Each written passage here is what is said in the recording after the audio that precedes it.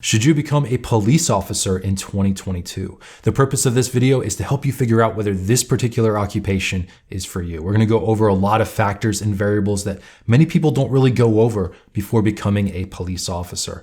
We're not just going to talk about salaries and compensation. We're also going to talk about how many police officers died last year in the line of duty, injury and illness rate, the jobs market, requirements, and more. So if you're interested in potentially becoming a police officer, this particular video is for you. Most people know what a police officer is. Police officers protect lives and property. They have regular patrols, and they also respond to emergency and non-emergency calls. During patrols, police officers observe people and activities to ensure order and safety within society. Sometimes police officers can specialize in something such as narcotics, and others can join groups like Special Weapons and Tactics, also known as SWAT. Police officers are often preparing reports that document incidents and activities, and oftentimes they even actually have to show up in court. According to the Bureau of Labor Statistics in 2020, police officers had almost 3 times the injury and illness rate when compared to the average person in the average occupation. This is a dangerous occupation. There was 105 deaths in 2020, and 58 of those deaths involved a violent animal or person. The injury and fatality rate of police officers is pretty high. It's not the highest. Loggers, fishermen, construction workers, and truck drivers actually have a higher fatality rate than police officers, but still, it's far above the average occupation. So before choosing this particular occupation, definitely be aware that the injury, illness, and fatality rate are pretty high compared to the average occupation, which probably comes as a surprise to no one. And if you're having difficulty choosing a particular career, we have you covered. Choose the Right Career is a 7-step program to choosing the right career for you. In this 7-step program, we examine your interests, your personality, your values, how much money you want to make, where you want to live, and we take all these factors and try and help you choose the right career for you. There's over 1,000 possible occupations out there. If you're having trouble choosing one, this is the program for you. Check out the link below for more details. So one of the big advantages of becoming a police officer is that the educational requirements aren't that high. A lot of police officers don't actually have a bachelor's degree, at least according to the Occupational Information Network. According to the Occupational Information Network, 37% of employed police officers just have a high school diploma or GED.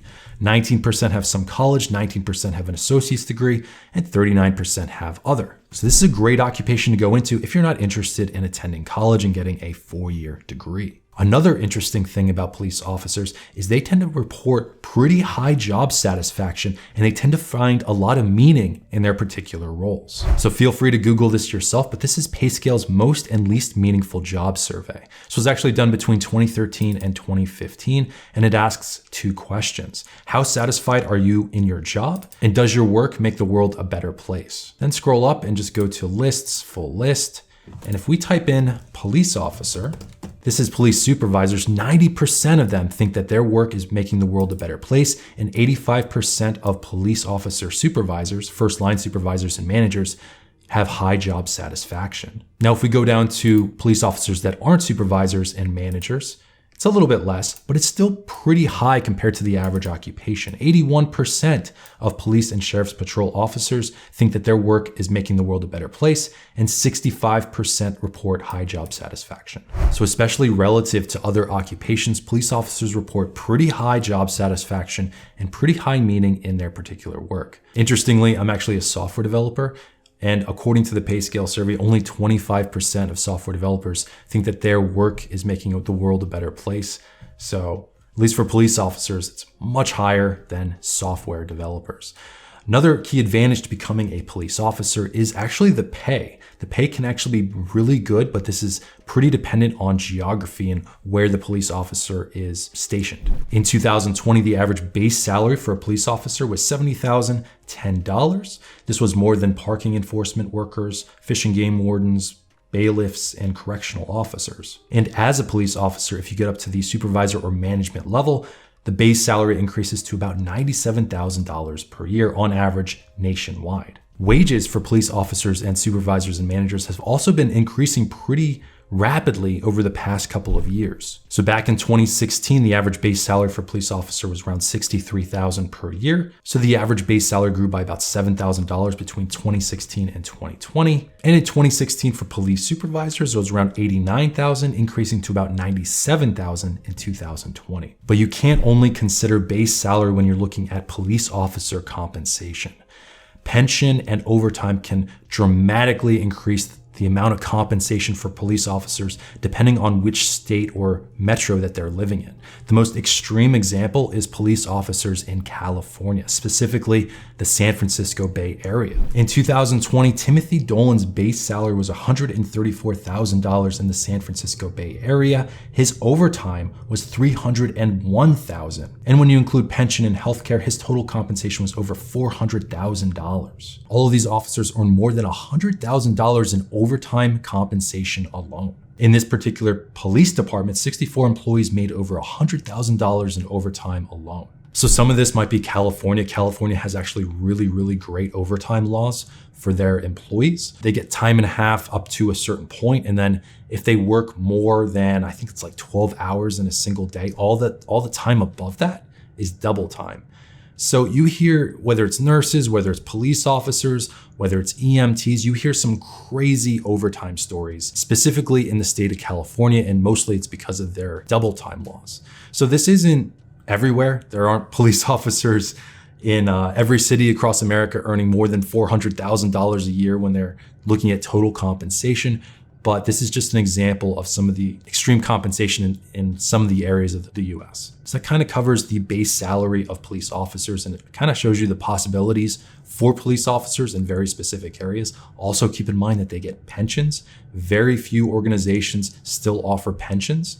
Police officers still get pensions, and they'll most likely keep getting pensions moving forward. A lot of government employees, this is like one of their main benefits. Another thing to keep in mind regarding police officers is that the requirements are very different depending on the state. We're actually going to look at a couple job postings just to show you, yeah, sure, there isn't the educational requirement. You don't have to go get a bachelor's degree, a master's degree, a doctoral degree to become a police officer. But there are a couple barriers to entry, and I'm going to show you just in a couple of job postings. Okay, I'm on Google. I'm just going to type in police officer jobs in the United States.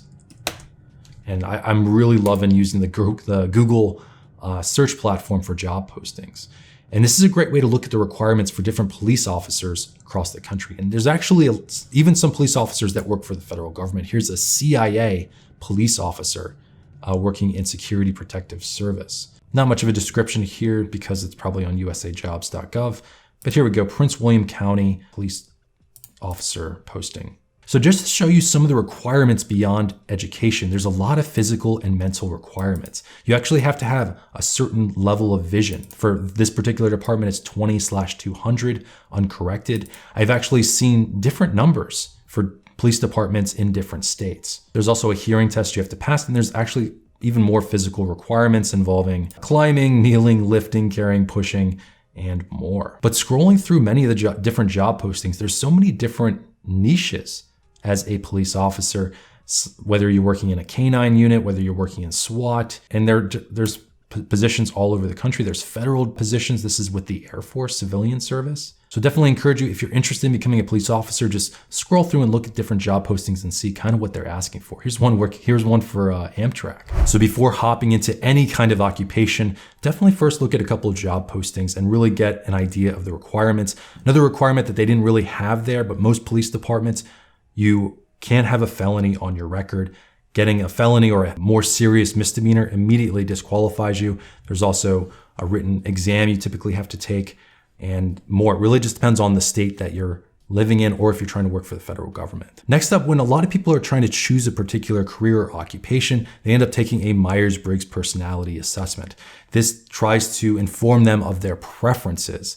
And sometimes people take these preferences and they try and figure out which occupation would be best for them. Now, according to the Myers-Briggs company, these 4 Myers-Briggs type are the most likely types to become a police officer. There's the ESTJ, also known as the director, the ESTP, the entrepreneur, ENTJ, the commander, and ENTP, the debater. Notice that all of these personality types have a preference for extroversion over introversion. This particular occupation is probably not the best one for introverts, mainly because extroverts, the more time they spend around other people, the more energy they get. Introverts are the opposite. Being around other people drains them. So probably not the best occupation for introverts. It probably just doesn't play to their strengths. Another thing I noticed with all four of these types, they all have a preference for thinking over feeling. Police officers have to be by the book. They can't really be thinking about their own personal values and where they stand on different political arguments. They're enforcing the law, and the law is pretty strict, and there's already a guideline there. There's no room for their opinions. So if you have a preference for feeling over thinking, this occupation might not be for you. So I hope this video helped you figure out whether this particular occupation is for you. If you have any thoughts, leave a comment down below and I'll try to answer it as quickly as possible. If you're interested in trying to find the right career for you, definitely check out the link below. Thanks so much for watching, and I will see you in the next video.